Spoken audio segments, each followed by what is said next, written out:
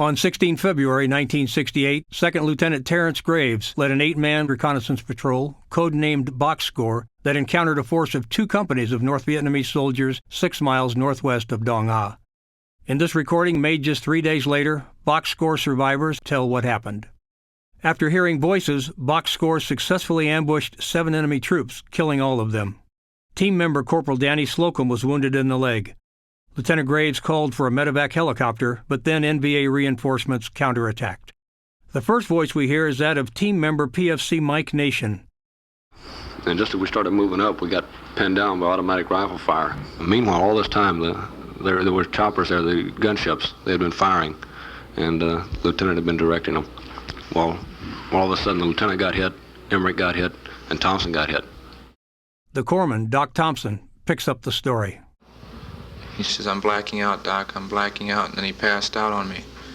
And I think at that moment he did die, so I started closed chest cardiac massage and mouth-to-mouth resuscitation. And while I was doing this, Lopez yelled over me, "Doc, Emmerich's hit, and I think he's dead. I think he's dying."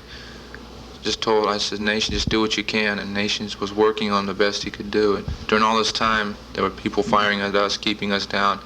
The lieutenant, after Honeycutt patched him up, got right back on the radio. Slocum was returning fire, trying to keep us protected as much as he could, and just the chopper landed, the crewman was still firing when he was on the ground. He was firing over our heads.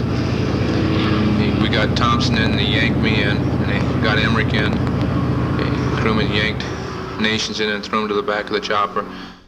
PFC Mike Nation. They wanted to get everybody on that one chopper, but the lieutenant was there. Then we got a burst of automatic fire right in the side of the chopper. And the lieutenant yelled, "Get," or "Get out," but he was talking to the gunner. That's when I noticed that Lopez got hit in the leg. But when I first got in, we got hit pretty hard from the side there. The whole side of the chopper just seemed like it was coming in at us. When Lieutenant Graves waved off the helicopter, telling it to go without him, PFC Honeycutt and Corporal Slocum jumped off the chopper to fight with him. Captain David Underwood, the helicopter's pilot, continues. As I lifted out, I saw a man jump from the helicopter and proceed back down through the brush. I called my crew chief and asked him how many we had aboard, and I was informed that we only had 5, that 2 had departed the helicopter, obviously in search of a 3rd one who was wounded in the area below. But this time I was heading south at top speed and on the treetops. And I think at the time we had 3 badly wounded men aboard. Badly shot up and leaking fuel, the extraction helicopter safely made it to Delta Med, the frontline medical unit. Captain Underwood's wingman, Captain Carl Bergman, then attempted to pick up the rest of the team. His co-pilot, Captain Edward T. Egan, describes what happened next.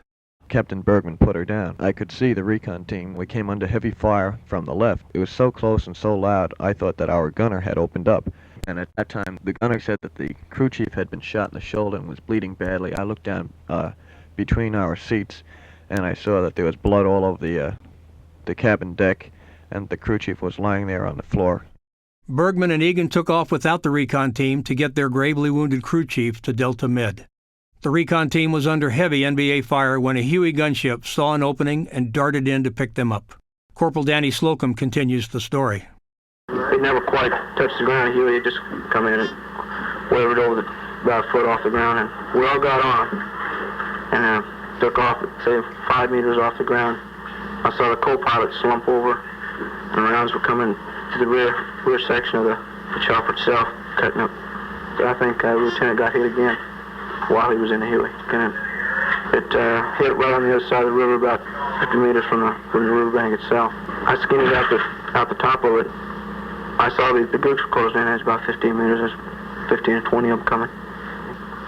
I took a leap and I landed about 5-6 meters out and just froze. I think they just left me for dead, And then I made a break for the stream. A reaction force of Marines landed near the downed Huey, looking for survivors, and also came under fire. Slocum could hear the firing. So I didn't want to go back over there because there was a firefight going on. Didn't want to get shot anymore. So watching these 34s come in, and it was watched by Hueys, and I started waving. It was that Huey saw me, so I just stayed where it was, and the gun started moving my way. At first I thought there was NVA, so I could take off the other way. Chopper sort of motioned me back, told me to go ahead. When they had a medevac come in and pick me up. Evacuated to the Naval Hospital in Cameron Bay, Corporal Slocum recovered from his wounds. Doc Thompson and PFC Mike Nation also survived. Lieutenant Graves died in the helicopter crash, as did PFC James Honeycutt. Lance Corporal Stephen Emmerich, Corporal R.B. Thompson, and PFC Adrian Lopez all died of their wounds. Corporal Danny Slocum, Corpsman Stephen Thompson, and Captain Bergman received the Silver Star for their valor. Corporal R.B. Thompson's Silver Star, PFC Honeycutt's Navy Cross, and Lieutenant Terrence Graves' Medal of Honor were awarded posthumously.